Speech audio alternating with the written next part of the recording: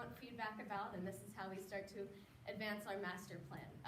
And it's also good to kind of think about, like, what can we do in the most immediate future, in the next few years? So proposed in the next 2 to 5 years, sidewalk repair, recycled water irrigation, and I'll talk more in detail about that in a minute. The center median, I've heard little bits about that too, so we'll get to that. Maintenance storage area, and actually maintaining the boulevard is a big issue because it's a lot of space, and the more we get into trying to do more here, the more we'll have to have maintenance crews capable of accessing the spaces easily. So rain gardens, I'll talk about those. That's actually a new project that's coming up, sponsored by the PUC, and increasing the biodiversity on the boulevard in 2 to 5 years. So first, sidewalk improvements. We're going to prioritize the hazardous areas. On that map that's over here where you can write comments, please do tell us about places that you are concerned about. This is an opportunity for you to say the sidewalk here is not good in front of my house, please fix it. And then also, we're going to be working on improving the DG trail that's on the east side of Sunset Boulevard. Sorry, decomposed granite. So it's the path that kind of looks like sand. I don't know. It's on the 36th Avenue side of Sunset Boulevard. And just looking at kind of other pedestrian safety issues. And I know that a lot of crosswalks are fairly recent, and that has improved safety, but there could be more problems. So just let us know what you're seeing and what you're experiencing. And then new irrigation. So Mohammed mentioned this. It's a big system, and it's a really big change. And these kinds of things don't happen instantaneously, but we're trying to move away from potable water to recycled water. And the recycled water is coming from the Ocean Beach plant, the PUC plant. So, say that again? Oceanside, thank you. So, right now, we have an existing water line, that's this blue line, and it's already been dug. The line has already been put in place. It's a 16-inch main line. What the cost of our project will be is to tap into that main line. So the main cost is creating, it looks so small up here, but it's creating these attachments from Sunset Boulevard to the new recycled water main line. And so each of those attachments, those costs include tapping the main line, creating booster pumps, electrical connections, and excavation. And the rough cost of that is about $1.26 million. And so, not bad. It's not cheap. So the thing that I've heard from our engineers is that they'll be testing in 2020, but they won't be ready to implement and use it until 2021. And one of the things that people are concerned about with recycled water is the higher elevated levels of salts.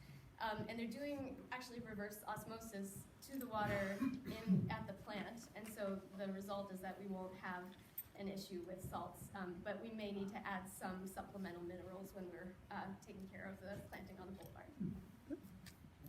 So, median planting.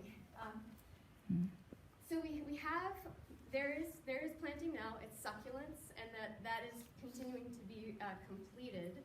We know that the weeds are an issue on the medians. They grow fast, and they're just hard to keep up with.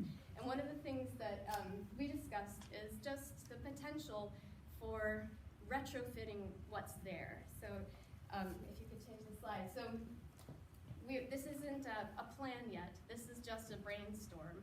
But one thing that we thought about is perhaps retrofitting areas, but what I mean by that is leaving the succulents in place and then planting around them with more ground cover and basically creating a green mulch, which is something that can keep the weeds down. So something that spreads fairly quickly and also suppresses the weeds, but also perhaps allows the succulents to still show and shine. So that's one direction. These are some other brainstorm thoughts, possibly more grasses, interwoven. We're looking at trees, but again, that's all very lightly, like we don't know yet, but give us some feedback and we'll probably have some iterations and some opinions to ask of you for the next round. So, maintenance storage areas, very briefly. There's one location already located at Sloat Boulevard. That's this area here. And there's maintenance storage that's underneath the boulevard. We're looking into possibly on kind of both sides of Sunset Boulevard having maintenance storage areas, and places where materials like mulch and also equipment can be stored.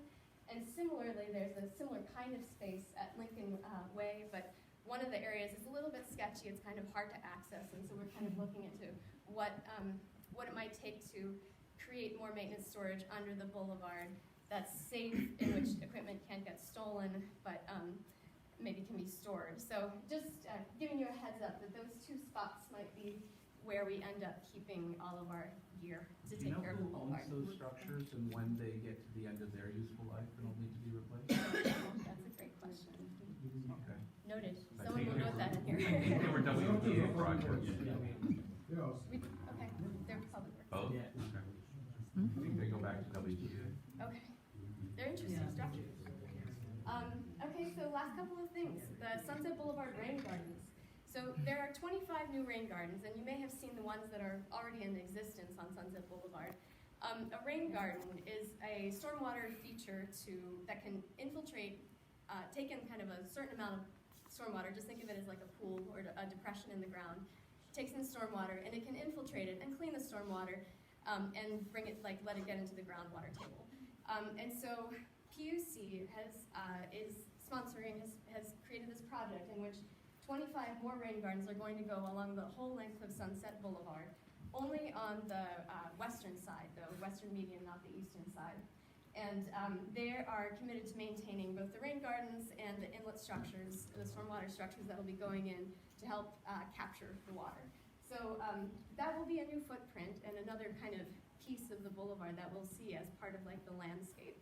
I like to think of it kind of, nobody's really said it, but it's kind of like in the dune landscape, there were natural depressions in the ground, so it's kind of like offering that function now. It's creating a depression in the ground that's planted that will help collect stormwater, so that there's not too much stormwater that kind of overloads the system, is basically what the PUC is working towards.